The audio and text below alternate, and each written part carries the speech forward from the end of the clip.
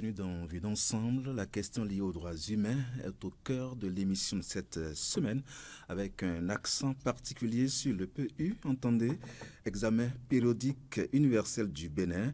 Et nous en sommes au 4e cycle. Avec mes invités, nous allons donc décrypter ce 4e examen, ses recommandations et surtout rappeler le rôle de chaque partie prenante.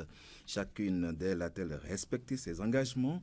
Quels sont les résultats auxquels le Bénin est parvenu? En un mot, comment se portent les droits humains au Bénin? Merci de vous installer. Trois invités autour de moi. D'abord, Josué Dorami, bonjour. Bonjour, monsieur le journaliste. Vous êtes chef projet à l'ONG Changement Social Bénin. Tout à fait. Vous représentez donc la société civile dans ces échanges. Tout à fait. Et plus spécifiquement, le groupe de travail des organisations de la société civile qui travaille sur les examens périodiques universels. Voilà. Alors, juste à côté de vous, Abdelaziz Ghislain Akambi, bonjour. Bonjour, monsieur le journaliste. Vous êtes officier des droits de l'homme, juriste à la Commission béninoise des droits de l'homme, c'est ça, hein? Bien sûr. Voilà. Et enfin, pour boucler le plateau, Brice Bessi, bonjour. Bonjour. Vous représentez dans ces échanges la direction des droits humains. Nous sommes au ministère de la Justice et de la Législation. Bien ça. Est-ce que j'ai tout dit? C'est bien ça, merci. Alors, on démarre tout de suite avec le sujet dont il est question. Nous parlons de ce 4e examen périodique universel. De quoi s'il s'agit concrètement, Dorami? Merci, monsieur le journaliste. Quand on parle du 4e cycle de l'examen périodique universel, il y a bien évidemment 4 qui est là. Ça veut dire que c'est un cycle qui a débuté il y a longtemps, il y a un moment, ou du moins nous avons déjà 3 cycles qui sont passés. L'examen périodique universel, la particularité de ce cycle en ce qui concerne la société civile, c'est que nous avons été accompagnés par l'Union européenne à travers un financement de l'Union européenne dans le cadre du projet élaboration du rapport alternatif et plaidoyer de la société civile pour une contribution à cet examen-là. C'est donc dans ce cadre que la société civile s'est mobilisée, d'accord, et durant tout le cycle de l'examen. Et quand on parle de l'examen périodique universel, justement, c'est une occasion de revue de la situation du Bénin par le Conseil des droits de l'homme, qui est un organe onusien, d'accord. Et à l'occasion de cet examen-là, toutes les questions liées aux droits humains, toutes thématiques confondues, droits économiques sont abordés, sont évalués, sont examinés, et les progrès qui sont réalisés par le pays sont reconnus, sont discutés, et puis les éléments d'amélioration sont identifiés et après formulés en termes de recommandations. Et certainement, nous reviendrons là-dessus. Absolument. Voilà, avant d'aller un peu plus en profondeur, alors comment le Bénin s'est-il senti justement concerné par la question? Est-ce qu'il a été applaudi ou il reste beaucoup de choses à faire? Alors, à l'issue de l'examen, nous avons reçu beaucoup de recommandations. Et comme je le dis, quand vous prenez la trame de l'examen, vous voyez que ça commence toujours par reconnaître les efforts qui sont fournis. Et quand vous voyez les efforts et en regard de ça, vous voyez les recommandations qui sont effectuées. Ça veut dire qu'il y a du chemin qui a été parcouru, mais il reste toujours encore des efforts à fournir. Et c'est justement ça qui se décline à travers les 258 recommandations que le Bénin a reçues. Et puisque cette émission s'inscrit un peu également dans la perspective de faire connaître un peu ces recommandations, certainement nous allons revenir là-dessus, parler un peu des thématiques qui sont abordées dans ces recommandations et également le chemin parcouru. Je vais peut-être l'énoncer, mais le représentant du gouvernement est là, qui va revenir là-dessus pour faire mention certainement de quelques efforts qui ont été accomplis par le gouvernement. Et en tant que commission béninoise des droits de l'homme, comment est-ce que vous vous sentez dans le sujet? Merci beaucoup, monsieur le journaliste. Partout, il faut retenir, quand on parle de droits de l'homme, la commission béninoise des droits de l'homme est de plein pied là-dedans. Cela rentre dans ce qu'on pourrait appeler les compétences de la commission. Et à ce titre, cet examen, l'examen périodique universel, est un examen où la CBDH est présente de façon transversale avec toutes les parties prenantes, autant avec le gouvernement, autant avec la société civile, pour donner également, pour accompagner, non seulement accompagner chacune des parties, mais également se faire sa propre opinion de la situation des droits de l'homme, qu'il a dit tout à l'heure, parce que c'est un exercice qui met tout le monde au même pied d'égalité. Une évaluation faite par les pairs, c'est-à-dire tous les États, se retrouvent et discutent de façon égale de la situation des droits de l'homme dans chaque pays. Donc vous passez, on évalue votre situation, ils vous font des recommandations et on vous laisse également la possibilité d'exposer ce que vous avez fait. Donc la CBDH étant présente autant avec le gouvernement, autant avec les OSC, à son opinion, à l'opinion du peuple, et à travers un rapport parallèle, intervient également dans le processus pour apporter son point de vue. Aujourd'hui, je peux vous dire que notre commission, jouissant d'un statut A, c'est-à-dire d'un privilège, parce que c'est le statut le plus élevé, à ce titre, vous pouvez intervenir au même titre que le gouvernement à la tribune des Nations Unies pour donner votre point de vue. Et c'est dire que ce point de vue compte beaucoup dans l'appréciation des autres pays qui écoutent. Parce que le statut A vous confère une certaine légitimité, une certaine crédibilité qui fait que tout ce que vous dites à la tribune des Nations Unies est pris avec sérieux. Donc vous convenez avec moi que dans ce cycle, dans ce processus, la CBDH représente aujourd'hui un maillon vraiment important qu'on ne saurait négliger autant dans la mise en œuvre qu'au niveau de l'évaluation, qu'autant aussi dans toutes les actions susceptibles à pouvoir accompagner chaque partie prenante pour réaliser ou respecter les engagements qui sont les siennes. La société civile, la CBDH, mais également le gouvernement à travers le ministère de la Justice et de la Législation, là, avec sa direction sur la question, quelle est la situation des droits humains au Bénin, que répondriez-vous, M. Bessi? Avant de répondre à votre question, je voudrais vous remercier de nous donner l'occasion de parler de l'EPE, l'examen périodique universel, parce que le Bénin a été examiné pour la 4e fois là maintenant, nous sommes dans la 3e année et nous sommes en plein pied en train de préparer notre rapport à mi-parcours.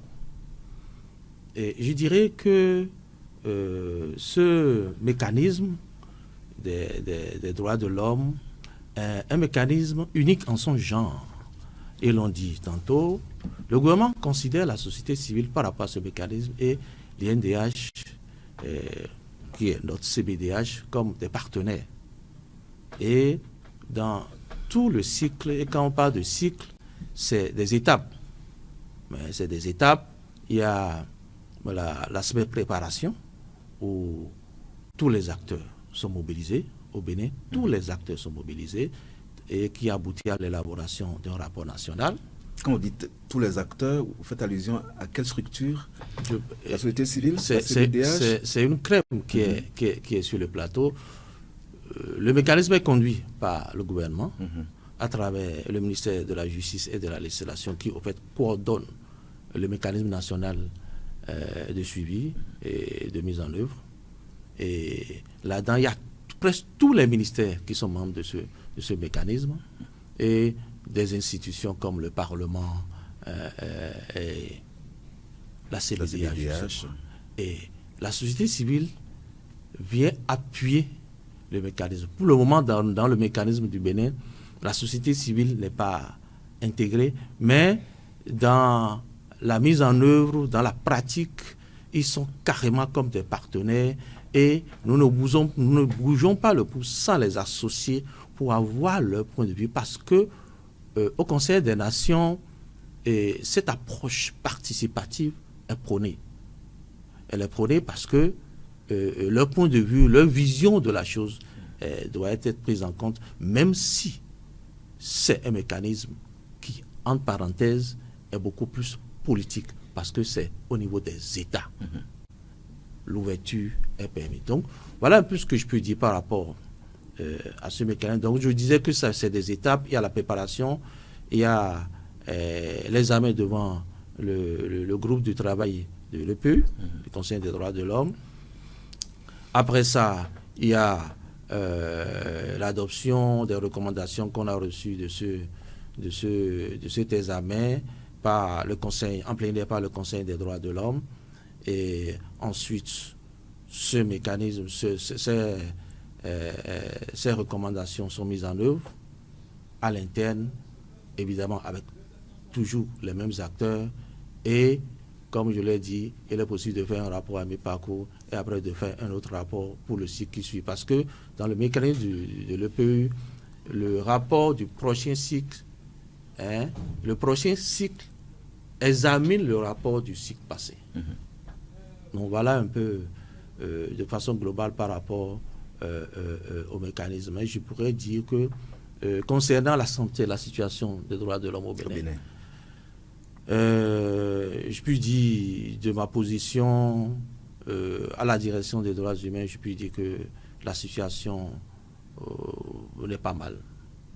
N'est pas mal puisque les droits humains, c'est certes les droits civils et politiques, mais aussi les droits économiques et socioculturels et les droits aussi catégoriels. Et je sais que... mais c'est aussi les réformes normatives, sur le plan normatif, sur le plan institutionnel et sur le plan programmatique. Et je sais qu'à ce niveau, à ces différents niveaux, nous avons fait assez d'efforts. Et ces efforts ont été justement salués quand le Bénin a fait son passage. Et il y a eu un terrible engouement autour de la présentation du Bénin. Les efforts sont reconnus, mais des défis ont été soulignés et nous nous attelons à relever ces défis. Voilà ce que je peux vous dire. Et Josué Dohami, en tant que société civile, justement, vous avez un peu suivi à peu près le bilan que vient de dresser le gouvernement à travers M. Bessi. En tant que société civile, justement, quel est le rôle que vous jouez concrètement? Parfait, merci beaucoup. M. Bessi a chuté en parlant de l'engouement des acteurs, particulièrement pour ce cycle. Il faut dire que jamais pas le passé. Il faut être direct. Dans les cycles précédents, il y a eu une telle coordination, une telle mobilisation au niveau national de la chose. Au niveau du système des Nations Unies, c'est ce qui est souhaité. Parce que c'est un travail qui n'est pas seulement du côté du gouvernement, mais également de la société civile. Et comme le représentant de la Commission béninoise des droits de l'homme l'a rappelé, c'est aussi un travail de notre institution nationale des droits de l'homme. Il faut dire que dans le cadre de ce cycle particulièrement, la société civile a bénéficié d'un accompagnement des partenaires techniques et financiers. Je veux citer ici d'abord l'Union européenne qui nous a accompagnés à travers un projet structurant depuis 2022. Et justement, le contenu de cette initiative repose sur les différentes étapes du cycle. Donc, l'objectif était d'augmenter, d'amplifier l'implication de la société civile dans ce cycle-là. Et pour pouvoir y aller, dans les bonnes pratiques, ce qui est attendu de la société civile, c'est d'abord d'élaborer un rapport alternatif. Ça veut dire quoi? Avant que le mécanisme ne soit mis en branle, il y a le gouvernement qui élabore son rapport, il y a la société civile également qui élabore son rapport. Donc le premier aspect... En toute autonomie. Tout à fait, en toute autonomie. Mais dans la démarche voudrait que ça soit un document qui procède d'une certaine consolidation des données qui existent, qui ont été collectées, des données primaires ou secondaires qui ont été collectées par la société civile même, mais avec un certain croisement avec les données qui sont en face, avec le gouvernement. Donc, dans le processus même d'élaboration de notre document, c'est un travail auquel nous avons associé le gouvernement, mais pas pour valider notre document, mais pour être informé de ce que nous nous apprêtons à dire de l'autre côté. Et au même moment, ce sont des occasions pour nous de ne pas aller se découvrir à Genève, c'est parce que c'est à Genève en Suisse que l'examen a lieu, d'accord, mais de s'informer pour dire il y a telle chose que nous estimons n'est pas conforme aux standards internationaux. Par rapport à ça, nous avons documenté. Voici les informations que nous avons. Nous les partageons avec vous. Si vous avez des éléments de clarification, vous nous les apportez. Mais toujours est-il que la société civile reste responsable du document qu'il élabore. Donc, dans le cadre de ce cycle-là et à travers ce projet, justement, nous avons passer cette étape-là de production de rapports. Et quand vous produisez des rapports, après, il faut faire le plaidoyer autour. Parce que comment ça se passe? La société civile, lors de l'examen proprement dit, n'est pas appelée, n'a pas cette capacité-là de prendre la parole. Ce sont, et comme M. Ribéry l'a rappelé, ce sont les États qui s'examinent entre eux. Ce sont les représentants du gouvernement qui discutent entre eux. Donc, pour que la société civile, sa voix soit entendue, après la production du rapport alternatif, nous allons, dans une démarche de plaidoyer, discuter avec les représentants des gouvernements qui sont censés être dans la salle de jour-là pour porter vers eux quelles sont nos préoccupations. Parce que ce sont les seuls à pouvoir amplifier la voix à nos préoccupations qui sont dans le rapport alternatif. Et quand cela peut bien signifier que les données ne sont pas forcément concordantes? Il arrive bien des fois que les données ne soient pas concordantes ou peut-être la manière de les présenter ne sont pas les mêmes. D'accord? Il peut y avoir la même donnée, mais en termes d'interprétation, avec les statisticiens, ceux qui analysent les données vont vous dire on fait parler les données. D'accord? On fait parler les données. Quelqu'un a 10 ou bien quelqu'un a 5, on peut analyser les 5 par rapport à 0 ou bien les 5 par rapport à 10. Donc, il arrive bien des fois que les interprétations, les données ne soient pas peut-être les mêmes ou peut-être les interprétations ne soient pas peut-être les mêmes. Et justement, ce n'est pas un mécanisme de fantaisie. Il faut pouvoir justifier ça. Il faut pouvoir les soutenir. C'est en cela que c'est un exercice très intéressant. Et je le disais que dans le cadre de ce 4e cycle, la société civile a été fortement mobilisée, non seulement à travers le rapport alternatif, mais le plaidoyer. Mais une phase très importante après le plaidoyer, donc l'examen, c'est qu'est-ce qu'on fait des recommandations. Et peut-être que nous allons venir à cette étape, parce que nous sommes actuellement dans cette phase-là. Qu'est-ce qu'on fait des recommandations? Voilà, quel est le rôle de chaque acteur, en tout cas pour la société civile, pendant la phase, d'accord, où les recommandations sont disponibles. Notre travail, c'est non seulement de travailler à leur vulgarisation.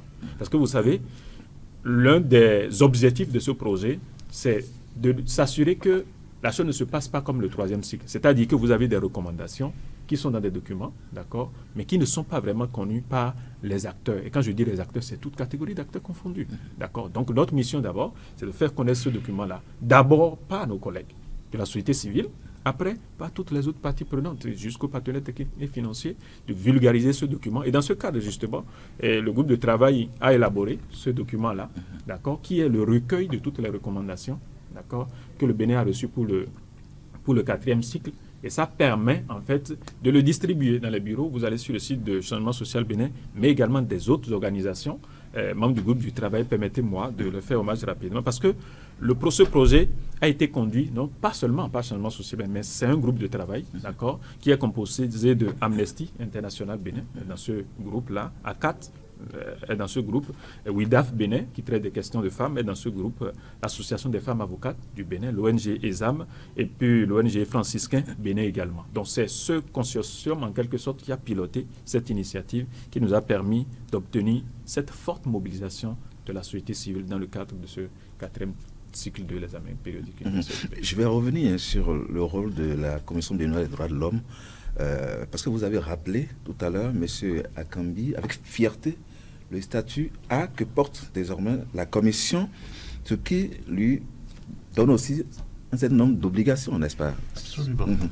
Allons-y, en fait, c'est important de le dire, mais avant d'y arriver, permettez que je dise, aujourd'hui, le Bénin a atteint un niveau assez particulier, extraordinaire, dans ce processus d'examen. Parce que malgré les différences telles qu'il a dit qui pourraient exister, chaque partie prenante travaille à une inclusivité du processus. À harmoniser les données. À harmoniser. Non seulement harmoniser, mais c'est un processus inclusif. La société civile aujourd'hui ne peut plus rester dans son coin pour rédiger son rapport et aller le dévoiler à Genève. Le gouvernement non plus, la CBDH non plus. Ça fait que, bien avant la production du rapport, un arbitrage est fait. Il y a des questions en amont qui sont réglées, vidées. Qui sont vidées. C'est important de le dire. Et la CBDH, moi je l'ai dit tout à l'heure, le gouvernement présente son rapport pays. La société civile, son rapport alternatif. Mais l'INDH, qui est la Commission béninoise des droits de l'homme, présente quant à lui un rapport parallèle. Et jouissant d'un statut A, ce n'est pas que le gouvernement qui vient porter la voix de la société civile. Elle également, avec en amont du processus participatif, inclusif, dans lequel il a contribué, la commission, elle a contribué du moins, la commission porte également les points de préoccupation de la société civile. Autant les points de préoccupation de la société civile que de la population non alliée, que du gouvernement, mais de toutes les parties prenantes. Et ce qui est extraordinaire, c'est qu'elle formule des recommandations. Et la commission n'attend même pas le processus avant de commencer, parce que la loi nous a donné ce privilège de publier annuellement un rapport sur la situation nationale des droits de l'homme. Et cette situation,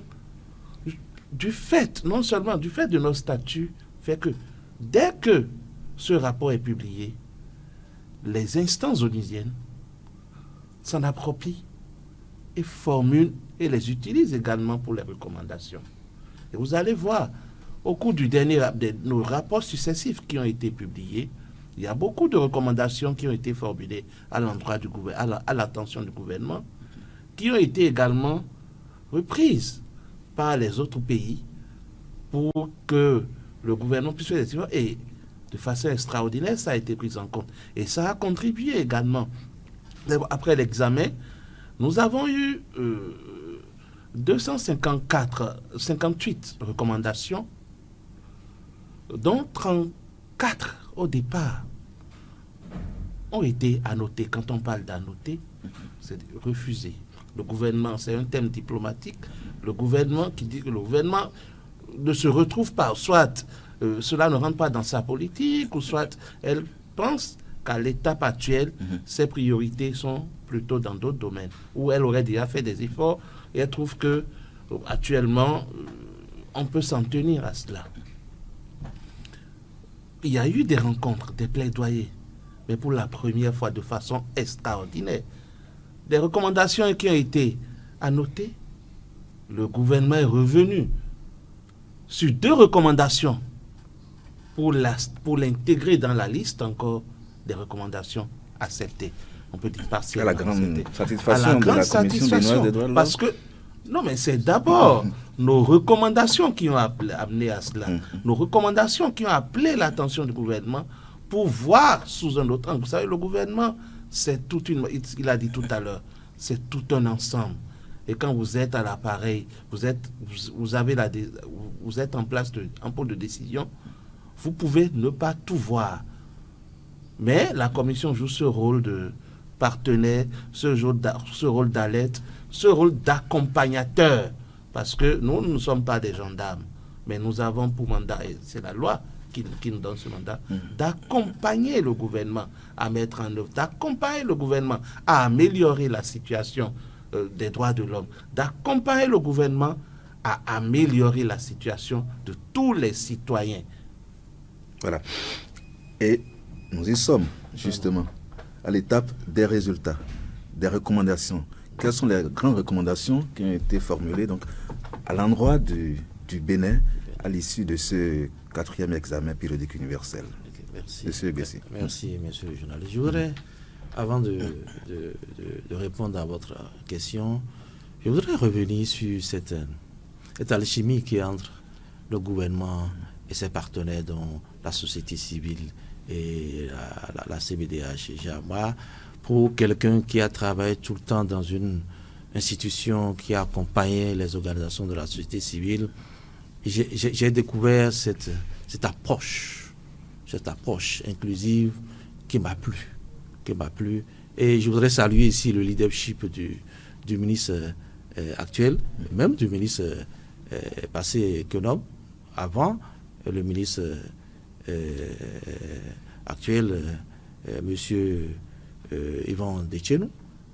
Kenom aussi avait adopté cette approche, donc disons que c'est l'approche que tout le gouvernement avait adoptée par rapport à l'EPU. En amont, le gouvernement dit, comme l'a dit Josué, nous n'allons pas nous découvrir là-bas devant tous les autres. Disons entre nous, ici, tout ce qui ne va pas, et essayons de voir qu'est-ce qu'on peut arranger entre nous ici avant de la loi. Parce que si vous allez montrer votre nudité à la face du monde, c'est la nudité de tout le monde.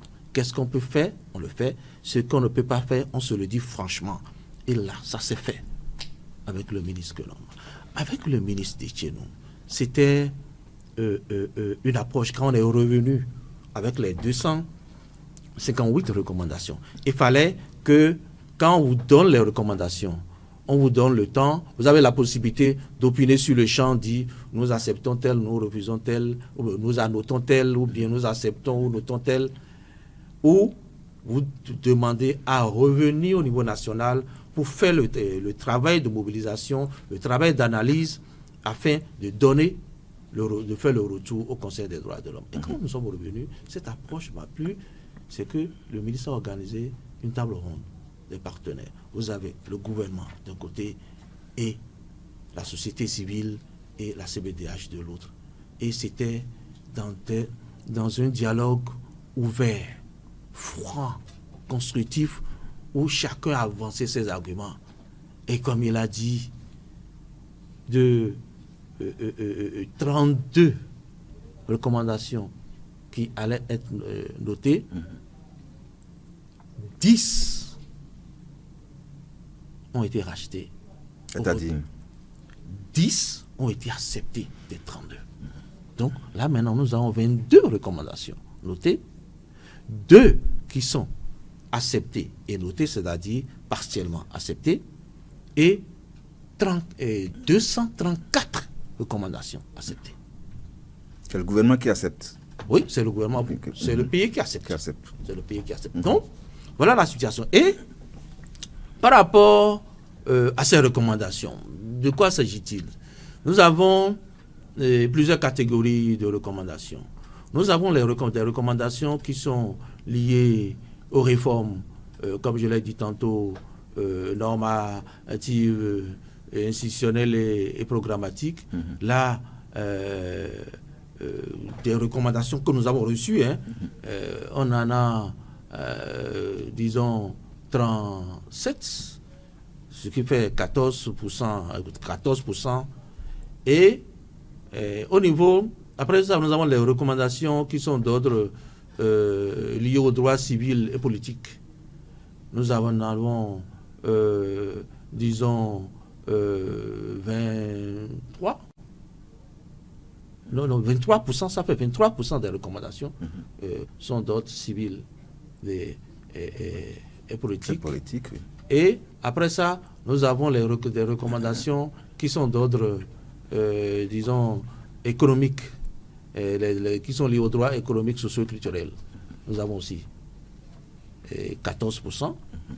Et le gros lot des recommandations, c'est des recommandations d'ordre catégoriel.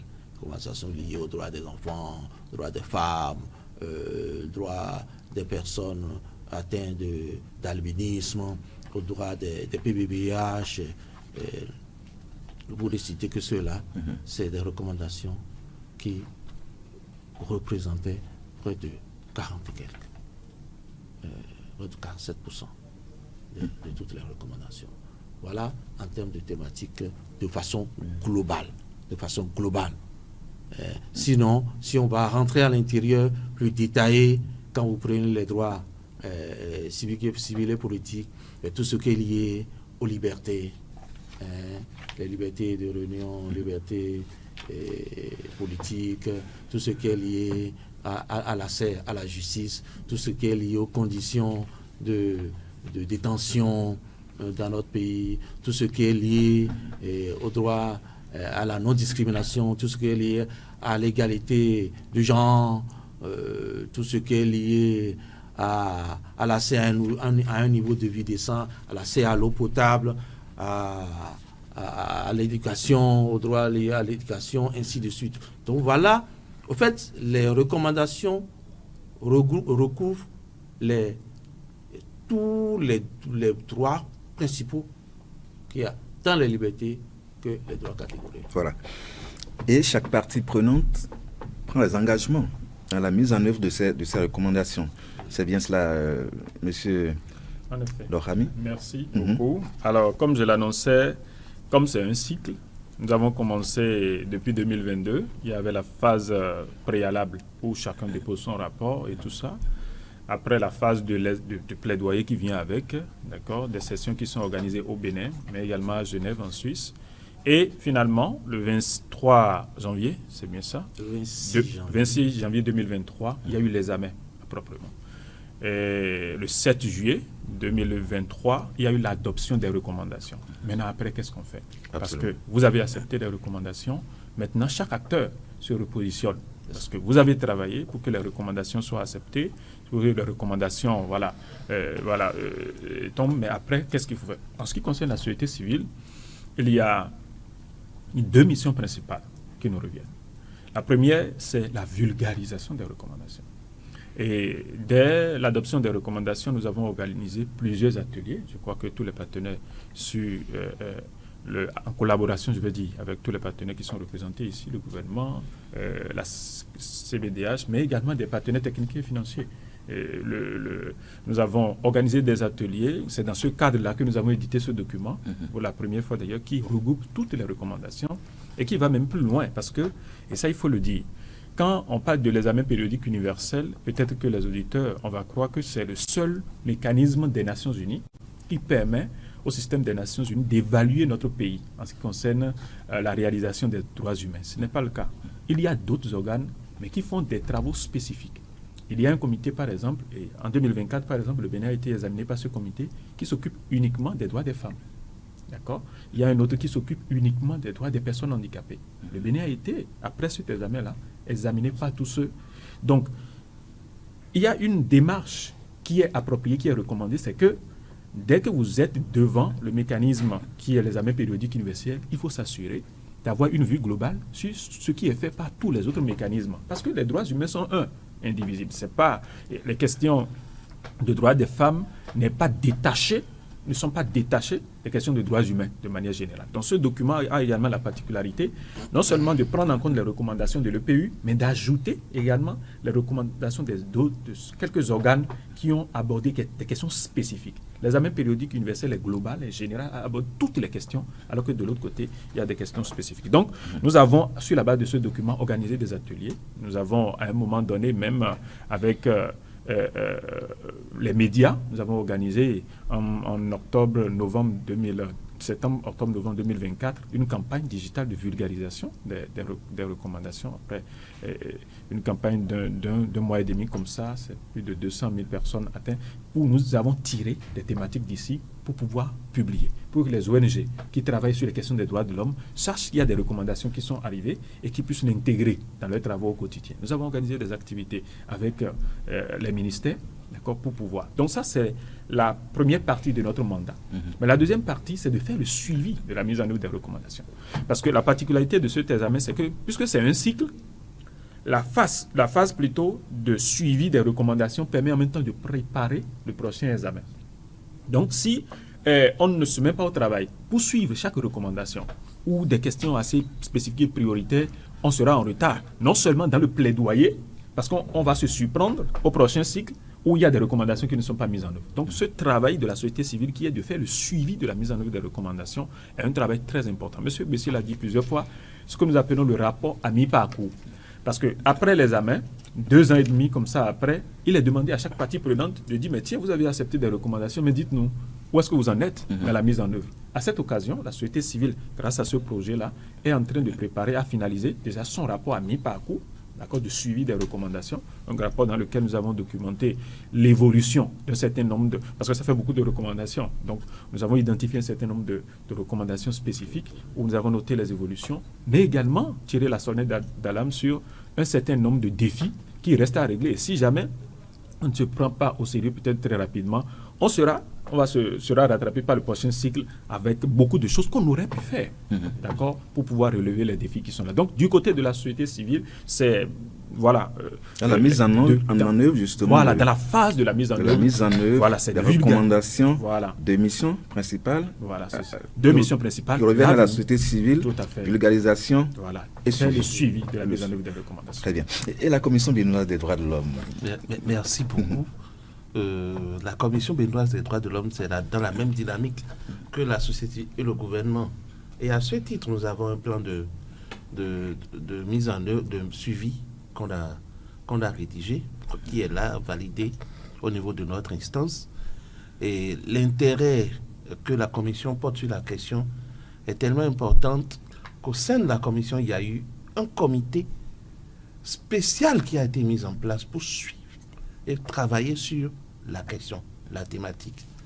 Ce comité dont les responsables ont bien voulu me confier la présidence avec certains collègues, et spécifiquement nous travaillons à suivre, recommandation par recommandation, les efforts qui sont fournis par l'État, les gaps, et également réfléchir en même temps sur les recommandations, les mesures ou les approches de solutions pour accompagner l'État. C'est dire que la Commission a trois rôles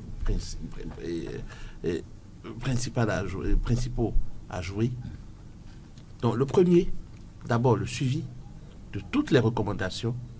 Le deuxième, réfléchir à accompagner le gouvernement à travers des approches de solutions, à travers des plaidoyers, parce que au titre des recommandations, il y a des recommandations qui nécessitent des actions de sensibilisation. La Commission accompagne le gouvernement dans ce sens pour sensibiliser la population, pour sensibiliser chaque partie prenante à faire respecter ou à travailler à améliorer les conditions de vie ou la situation de vulnérabilité des uns et des autres. Et à la fin, un rapport également est fait, je l'ai dit tantôt. Et actuellement, la Commission, tout comme les deux parties prenantes ici, travaille à finaliser également son rapport à mi-parcours, que nous avons presque d'ailleurs finalisé et qui sera envoyé d'ici peu aux responsables des Nations Unies pour montrer un peu ce qui est fait au niveau de la Commission, pour parler du regard de la Commission sur ce qui a été fait de juillet 2023 à ce jour. Voilà. Monsieur Gbessi, vous représentez le gouvernement dans cet échange. Où en sommes-nous dans la mise en œuvre des recommandations? Je peux dire que le gouvernement, par rapport à tous les mécanismes des droits de l'homme, parce que comme l'a dit Josué, en dehors de l'EPU, il y a d'autres mécanismes. Mais par rapport à tous les mécanismes, le gouvernement a mis en place, excusez-moi le terme, un mécanisme de suivi à l'interne. Et ce mécanisme, c'est le ministère de la Justice qui est à la tête de ce mécanisme, et la vice-présidence est assurée par le ministère des Affaires étrangères, et notre direction, la direction des droits humains, assure le rapportage dans le secrétariat de ce mécanisme. À ce titre, quand nous sommes revenus de Genève, la première chose que nous avons eu à faire avec les acteurs, il y a eu l'étape de vulgarisation.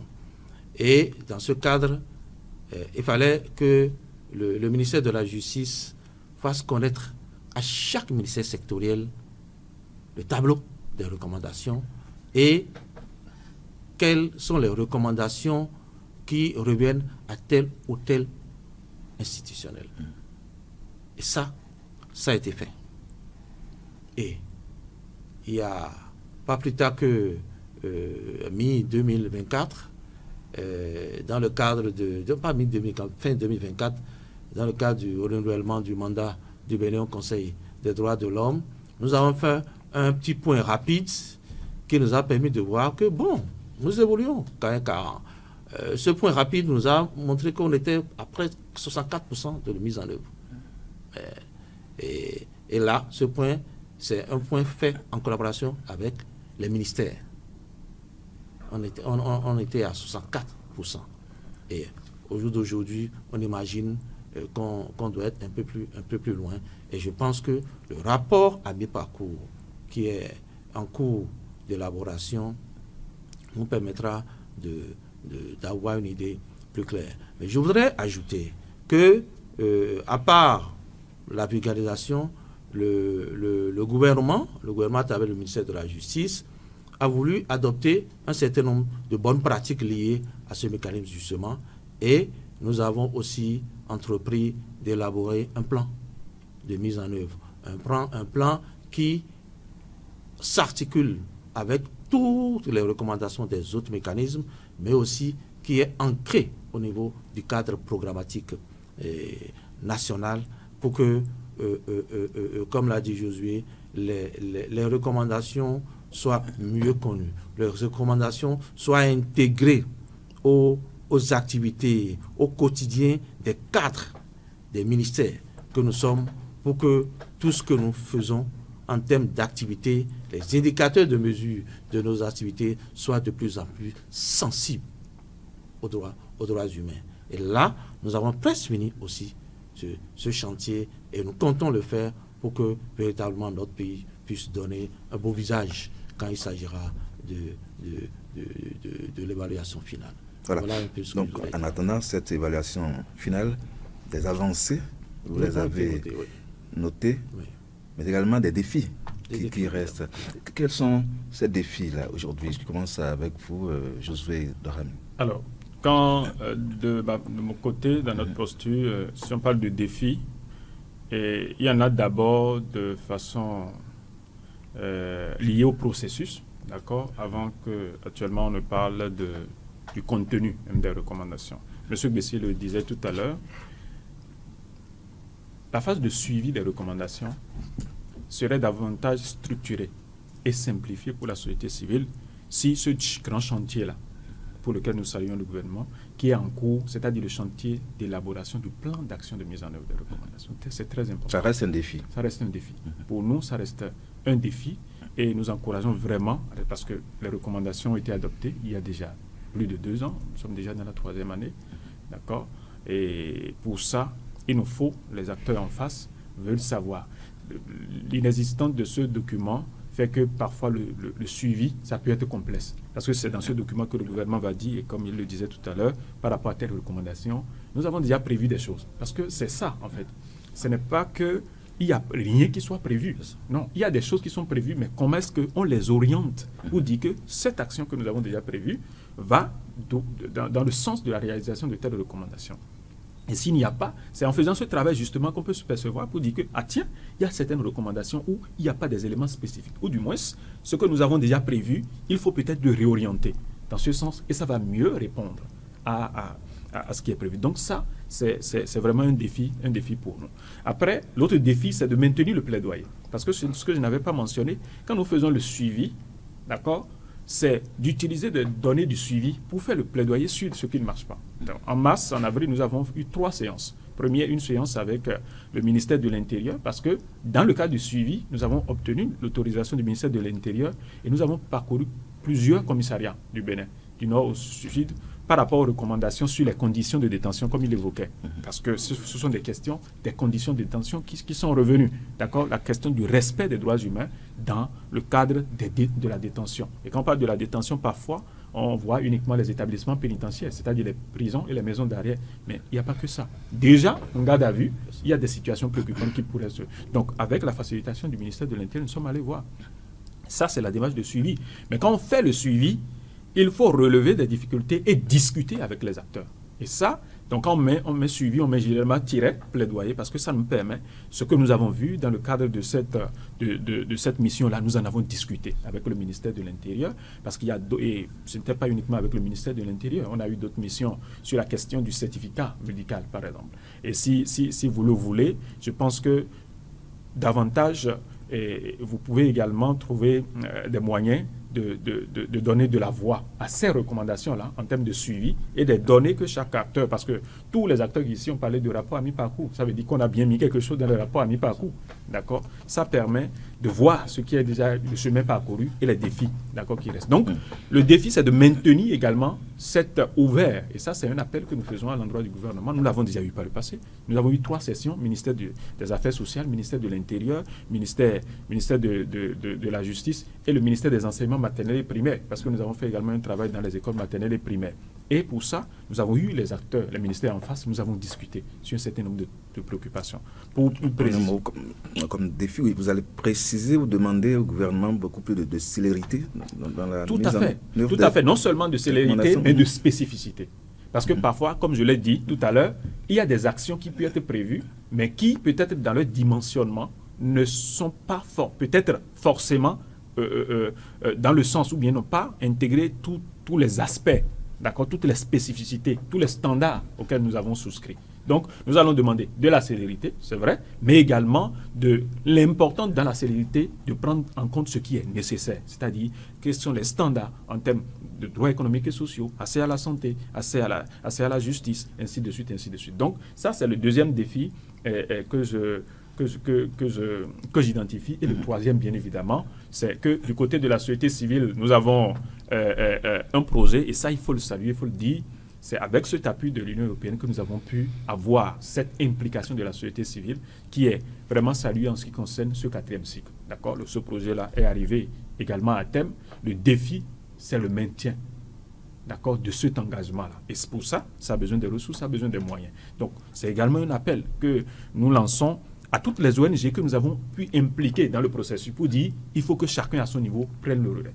Essaye d'intégrer ces recommandations dans son travail et un agenda de suivi du processus pour voir déjà le prochain examen qui se prépare, qui va commencer à se préparer d'ici quelques mois. Comment est-ce qu'on se met ensemble? Comment est-ce qu'on continue un peu dans cette... Et sur la question des défis, Monsieur Akambi, le rôle de la Commission béninoise des droits de l'homme est prépondérant.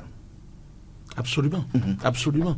Je l'ai dit à l'entame tout à l'heure que la Commission a d'abord un plan de suivi de la mise en œuvre des recommandations. Et c'est le premier défi pour nous, c'est la mise en œuvre de ce plan. De ce plan, surtout en ce qui concerne la collecte des données fiables. Aujourd'hui, beaucoup de choses ont été réalisées par le gouvernement et qui fait qu'aujourd'hui, avec la dématérialisation, il est plus facile d'avoir assez facilement à un certain nombre d'informations et de données.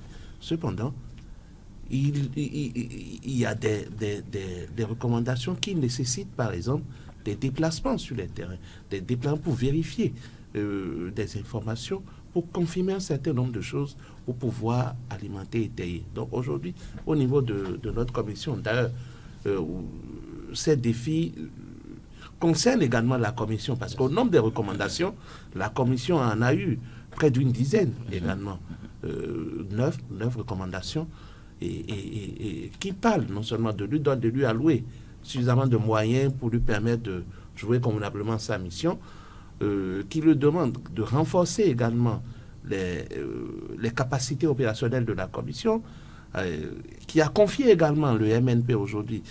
Cela s'est fait. La commission au-delà de l'INDH est responsable du mécanisme national de prévention contre la torture aujourd'hui. Donc c'est un second mécanisme qui a été confié. Et tout cela constitue un défi pour nous, celui de mobiliser les moyens pour pouvoir mettre réellement chaque mécanisme dans la posture qu'est la sienne.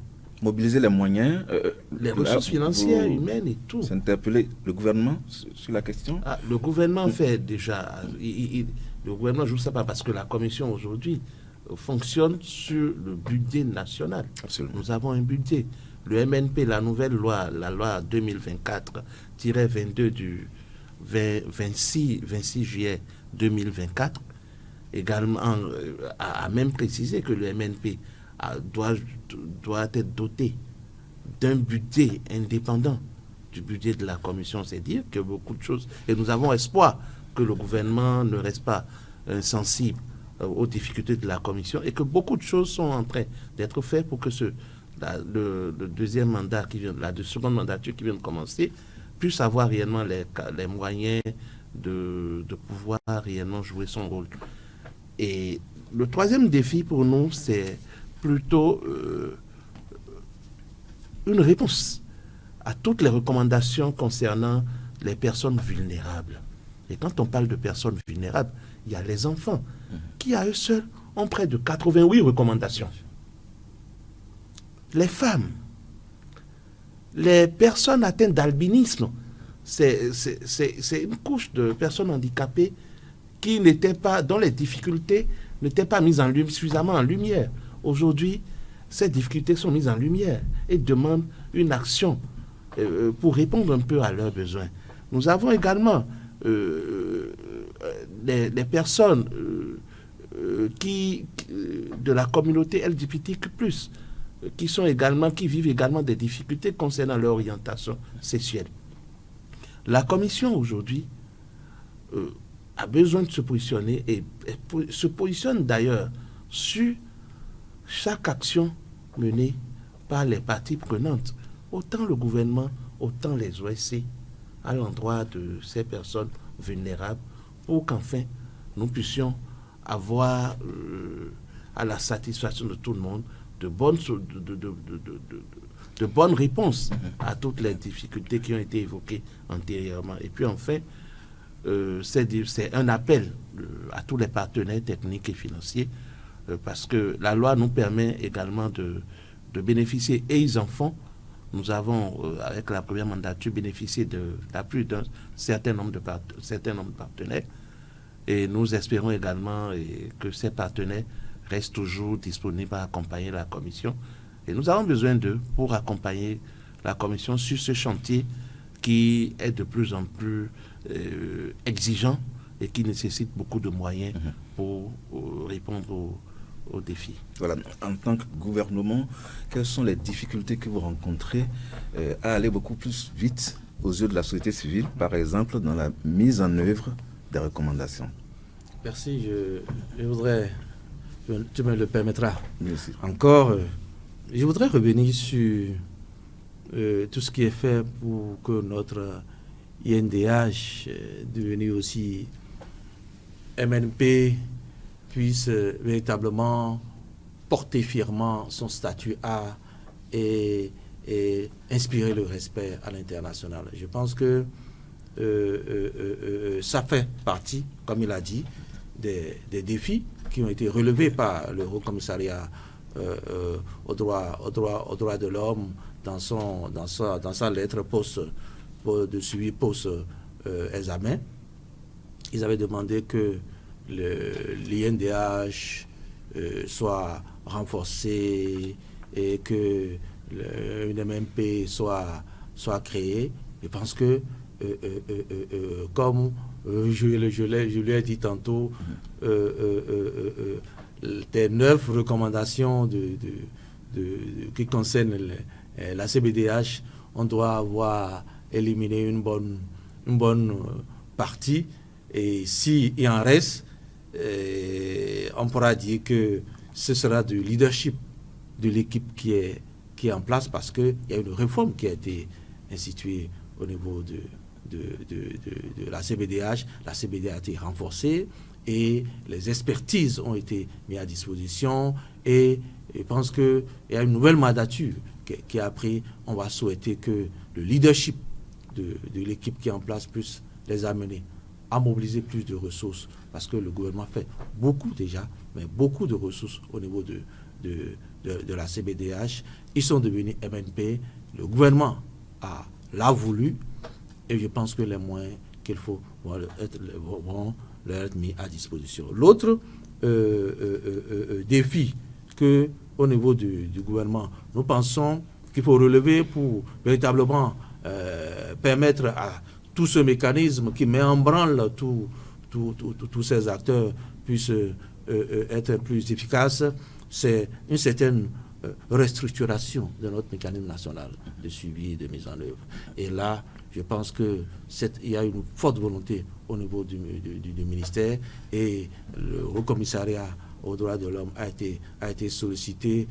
Les partenaires des OSC, UPIA Info a été sollicité, le bureau régional du Haut Commissariat a été sollicité, le PNUD est sur est sur le chantier et pour que notre mécanisme national soit restructuré, pour que notre mécanisme national puisse avoir les capacités requises. Parce que quand vous prenez un mécanisme national, 4 capacités sont souhaitées, sont requises pour le mécanisme. Il y a la capacité de collaboration, la capacité de consultation, la capacité de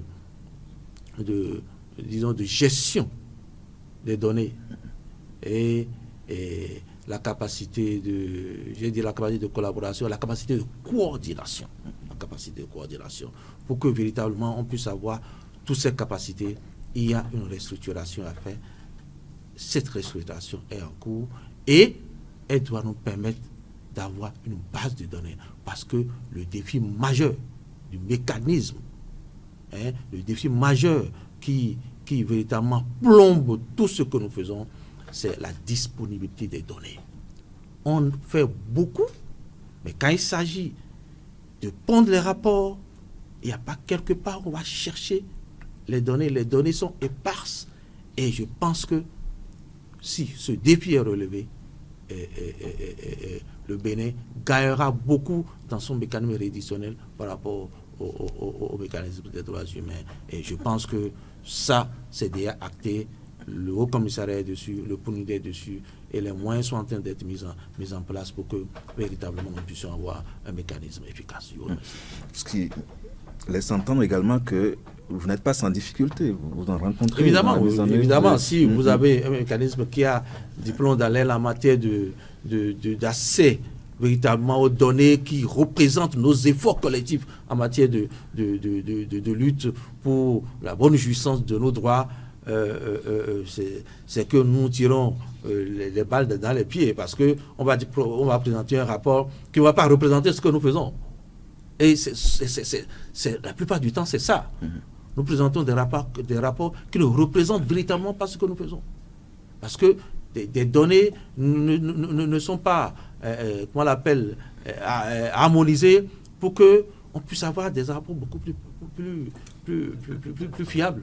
Donc voilà, je ne dis pas que nos rapports ne sont pas fiables, mais on aurait bien aimé que nos rapports représentent véritablement tout ce que nous faisons, parce que nous en faisons tant en matière de droits humains.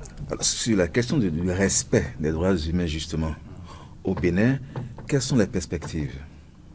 Alors, du côté de la société civile, perspective, je vais peut-être lier ça peut-être au cri de ce que la société civile attend, d'accord, dans justement cette perspective, les projections en quelque sorte. Nous avons, tout le monde, salué sur le plateau la synergie d'action, d'accord, entre acteurs lors de ce cycle-là. Mais l'une des choses que nous continuons d'espérer, c'est que cette synergie puisse davantage se renforcer au moment de la mise en œuvre des recommandations. Parce que si nous avons travaillé ensemble pour relever le défi de l'examen, c'est-à-dire aller à l'examen, après il y a des recommandations, après, il faut que la mise en œuvre continue de prendre en compte cette synergie. Et ça, c'est un élément important. Parce que il y a beaucoup de réformes qui sont en cours. Vous avez entendu beaucoup de choses, et après, au niveau de l'Assemblée nationale, il y a des tests qui sont adoptés. Vous savez, quand M. Bessier évoquait, en parlant des catégories de thématiques qui sont concernées par les recommandations, il y a le cadre institutionnel. Il y a beaucoup de tests, d'accord, que le Bénin est appelé à réviser.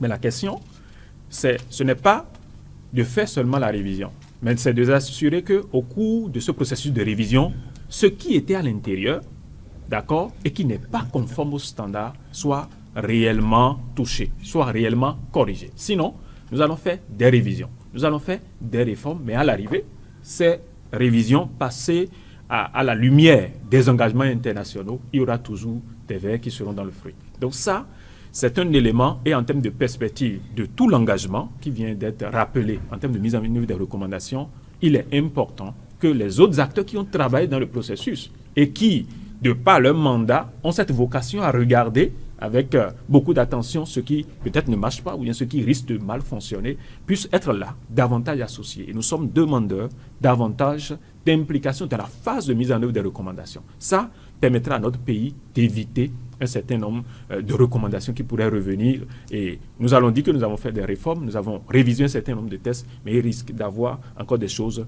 qui peuvent rester à l'intérieur. Ça, nous le disons et nous le rappelons. Il faut que la société civile, autant au moment comme nous avons été associés, impliqués, au moment de la préparation de l'examen, il faut que maintenant où nous devons nous discuter ensemble, trouver les moyens pour pouvoir intégrer ces recommandations-là, que nous soyons là. Ça, c'est un point très important. La perspective également doit tenir compte de la sensibilisation continue sur les recommandations. Jusqu'à présent, et ça c'est dans tous les rangs, de toutes les catégories d'acteurs, nous continuons de constater que les recommandations ne sont pas connues. Et ça, si nous ne connaissons pas les recommandations et acteurs de suivi et acteurs de mise en œuvre, il y aura des problèmes. Donc ça, c'est un défi. On ne va cesser de parler de vulgarisation de recommandations que lorsque les prochaines recommandations vont arriver. Donc il faut continuer à en parler. S'il faut avoir davantage intensifié des campagnes de vulgarisation de ces recommandations, il faut le faire. Ça permet à tous les acteurs de savoir que nous avons des recommandations et tiens, il y a le temps qui arrive où nous serons évalués par rapport à ça. Il faut qu'on travaille à ça, il faut qu'on la rappelle. Et je pense qu'en face, avec la volonté qui est dégagée, des moyens qui sont dégagés, si on revoit les approches, en termes d'implication, si on revoit les approches, en les alignant sur une démarche suffisamment sensible à l'approche basée sur les droits humains, qui ne demande rien d'autre que les standards auxquels nous avons souscrit, qu'il s'agisse des normes communes aux droits humains, que des normes spécifiques, que tout ça soit notre Bible en quelque sorte lorsque nous sommes en train de monter les actions, lorsque nous sommes en train de les mettre en œuvre et lorsque nous sommes en train de les évaluer. Et la CBDH est un maillon très important dans cette chaîne de défense des droits humains, de respect des droits humains au Bénin. Vous avez entendu tout à l'heure M. Bessi qui a appelé à beaucoup plus d'efficacité de la Commission béninoise des droits de l'homme, qui a connu récemment des moments difficiles. Comment se porte aujourd'hui la CBDH? Bien, très bien. Très bien. Et vous n'êtes pas sans savoir que fièrement les nouveaux commissaires qui doivent animer la seconde mandature ont prêté serment et ont été installés, et un bureau désormais connu. Donc, c'est dire que la CBDH a de beaux jours devant elle.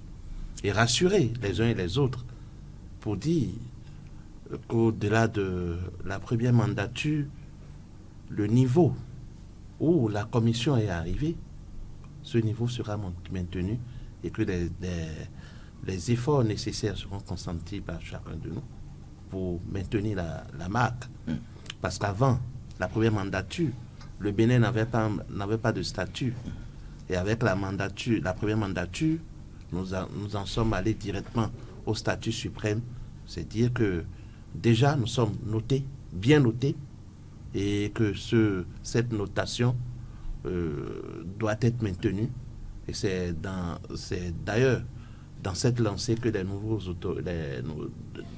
les autorités actuelles sont et inscrivent leurs actions pour qu'on puisse jouer convenablement la mission qu'est la nôtre, et rassurer également les acteurs de la société civile pour dire que tous les mécanismes mis en place par la commission est là, et que la mutualisation d'actions en cours ne sera pas estompée, et que ce partenariat société civile, gouvernement, INDH, pour la mise en œuvre des recommandations de l'examen périodique universel soit une réalité. Et cette dynamique est toujours en cours et chacun jouera sa partition. Voilà. Je voudrais bien boucler l'émission avec vous, M. Bessi, face à la question. Parce que lorsqu'on aborde la question liée aux droits humains, tous les regards sont tournés vers le gouvernement. Quelles sont vos perspectives? Je dirais que les perspectives, et tout à l'heure, en abordant les défis, nous avons pris soin de souligner que ces défis sont vaillamment affrontés pour les relever. Donc, c'est de maintenir le cap. C'est de maintenir le cap de tout ce qui est mis en chantier, le plan de mise en œuvre, le rapport à mi-parcours déposé à temps, le mécanisme national restructuré, une base de données disponible pour permettre à tous les acteurs d'avoir les données qu'il faut en temps réel pour pouvoir faire le rapport et renforcer qui de droit pour qu'il fasse son travail. Je parle de la CBDH et aussi renforcer cette collaboration avec la société civile. Et là, je m'en vais souligner et remercier tout le monde, y compris la société civile, la CBDH et le gouvernement pour l'effort qui est fait. Parce qu'enfin, le Bénin a une loi propre à elle par rapport aux associations et aux fondations. La loi française du 1er juillet 1901 ne nous ressemblait plus. Les dynamiques à l'interne n'étaient plus... comment on l'appelle, les dynamiques à l'interne au niveau associatif n'étaient plus en harmonie avec ce que portait cette loi française. Et nous avons, quand j'étais au centre de promotion de la société civile, ce processus a été enclenché avec les ONG comme le Changement Social, la CBDH. On était au front et je suis content que la loi 2025-19 du 20 juin 2025 relative aux associations et fondations soit adoptée et que avec ça, je pense qu'il y a un cadre plus approprié, plus adapté à nos associations et que je précise que quand on élaborait l'avant-projet de loi, on avait surtout mis l'accent sur le volet collaboration entre acteurs étatiques et acteurs non étatiques. Et là, si tout est mis en œuvre selon cette loi, je pense que le vœu de nos amis de la société civile seront exaucés. Il y aura beaucoup plus de synergie entre le gouvernement et la société civile, entre les autres acteurs et le gouvernement. Un mot de tout ce que nous avons dit tout au long de cette émission, c'est qu'en matière de respect des droits humains au Bénin, il y a des avancées notables, mais également des défis à relever. Et chaque partie prenante s'engage, s'active afin que ces défis-là soient relevés avec célérité également.